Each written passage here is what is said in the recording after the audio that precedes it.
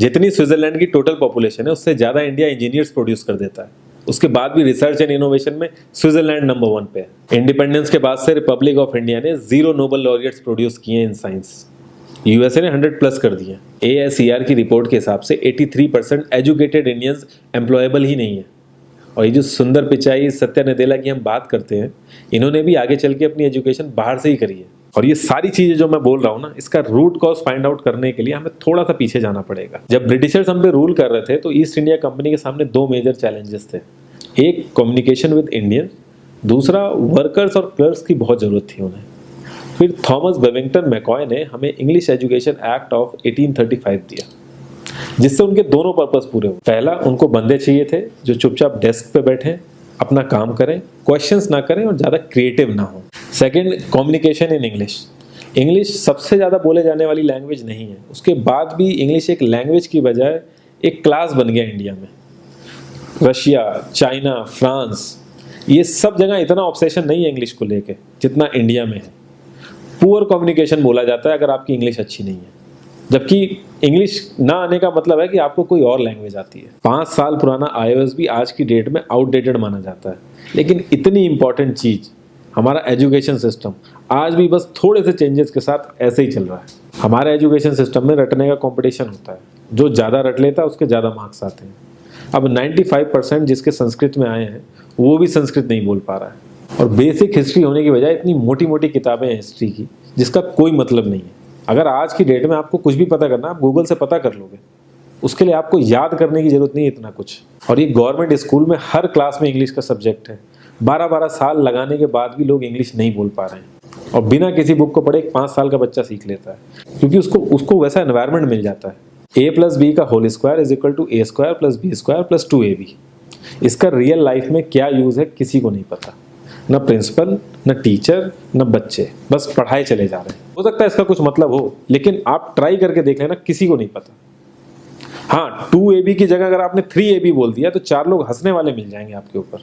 Kindergarten में जो बच्चों को सिखाने के लिए टेक्निक यूज होती है वो लाख गुना अच्छी है कॉलेज की वो रटने वाली टेक्निक से। और जिन बच्चों के बहुत ज़्यादा नंबर आते हैं ना, जो वो छुपा छुपा के एग्जाम में लिखते हैं, आप देखोगे जब वो रियल लाइफ में जाते हैं ना तो ज़्यादातर क्रम्बल करते हैं वो। हर किसी को सेम सिलेबस और सेम चीज़ सिखाई जाती है बिना उसकी कैपेबिलिटी देखे, और क्रिएटिविटी का तो दूर दूर तक मतलब नहीं होता। अब एक लाइन से आप शेर, मछली, सांप, हाथी सबको लाइन से खड़ा कर दो और उनसे कहो पेड़ पे चढ़ो, उनको तो जिंदगी भर यही लगेगा ना कि वो तो किसी काबिल ही नहीं है। और द्रोणाचार्य ने भी पांडवों को उनकी स्किल सेट के हिसाब से उनको चीज़ें सिखाई, सबको एक ही चीज़ नहीं सिखा दी। और हमारे एजुकेशन सिस्टम में ज़्यादा ऑप्शंस भी नहीं है। सबसे ऊपर साइंस, फिर कॉमर्स, और सबसे नीचे जाके कहीं नंबर आता है आर्ट्स का। आर्ट्स लेने वाले को तो लोग इतना हल्के में लेते हैं जैसे वो किसी काम का ही नहीं है। हर माँ बाप को तो इंजीनियर या डॉक्टर ही बनाना है। कॉलेज वाले अगर एक्स्ट्रा कोर्स रख भी देते हैं तो माँ बाप एंट्री नहीं कराएंगे, तो वो सारा पैसा बर्बाद होगा कॉलेज का। तो ऑप्शंस कहाँ से आएंगे? और बचपन से ही आपकी ट्रेनिंग स्टार्ट हो जाती है। माँ बाप, भाई बहन, रिलेटिव सब यही समझाते हैं अगर आपके मार्क्स नहीं आए और जॉब नहीं लगी तो आपकी ज़िंदगी बेकार। और लाइफ की क्रिएटिविटी को आप रखते हो साइड में, और ये अच्छे मार्क्स और अच्छी जॉब पाना आपका सपना बन जाता है। अब ये सपना पूरा हो जाता है तो बहुत बढ़िया है, दूसरे को जेलस फील कराओगे, नीचा फील कराओगे। और इस छोटी सी उम्र में अगर सपना टूट जाता है तो सेल्फ डाउट में आ जाओगे। इतना बाहर वाले आपको नीचा नहीं समझेंगे जितना आप खुद की नज़रों में गिर जाओगे। आप किसी भी 4-5 सक्सेसफुल आदमियों के बारे में सोच के देखिए जिन्हें आप बहुत सक्सेसफुल मानते हो या जिनकी तरह लाइफ आप जीना चाहते हो। मैं ये कह सकता हूँ कि वो इस एजुकेशन सिस्टम की वजह से तो सक्सेसफुल नहीं होंगे, चाहे वो जो भी हो। धीरू भाई अंबानी, विराट कोहली, आमिर खान, नरेंद्र मोदी, ये सब हमारे इस करंट एजुकेशन सिस्टम के ट्रैप में नहीं फंसे।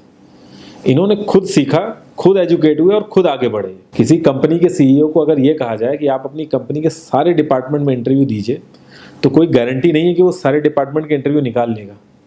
और ये भी हो सकता है कि वो आधे से ज़्यादा डिपार्टमेंट के लिए क्वालिफाई ना करे एजुकेशन वाइज, लेकिन वो पूरी कंपनी चला सकता है। तो ये जो एक स्किल है, इसके बारे में बात क्यों नहीं होती? लोग अपनी 25% से ज़्यादा जिंदगी इस करंट एजुकेशन सिस्टम में लगा देते हैं ताकि अपने से कम पढ़े लिखे आदमी की कंपनी में जाके उसके सपने पूरे कर सकें। इंडिया का जो करंट एजुकेशन सिस्टम है, अगर वो इतना ही अच्छा है तो जो भी सेलिब्रिटीज़ हैं, पॉलिटिशियंस हैं, वो अपने बच्चों को बाहर क्यों भेज रहे हैं पढ़ने के लिए? इनफैक्ट पॉलिटिशियंस के साथ तो ऐसा करना चाहिए, जिस एरिया से वो जीते हों उसी एरिया के गवर्नमेंट कॉलेज में उनके बच्चे को पढ़ना कंपलसरी हो जाए, तभी वहाँ के गवर्नमेंट कॉलेज सुधर सकते हैं। 368 प्यून की जॉब के लिए 1.5 लाख ग्रेजुएट और 24,968 पोस्ट ग्रेजुएट ने अप्लाई किया।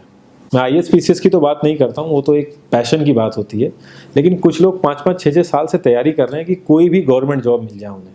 उनसे पूछोगे क्यों ऐसे इतने टाइम से लगे हुए हो, तो वो एक ही चीज़ बोलेंगे कि जॉब सिक्योर है। मतलब आप काम नहीं भी करोगे तो आपको निकाला नहीं जाएगा।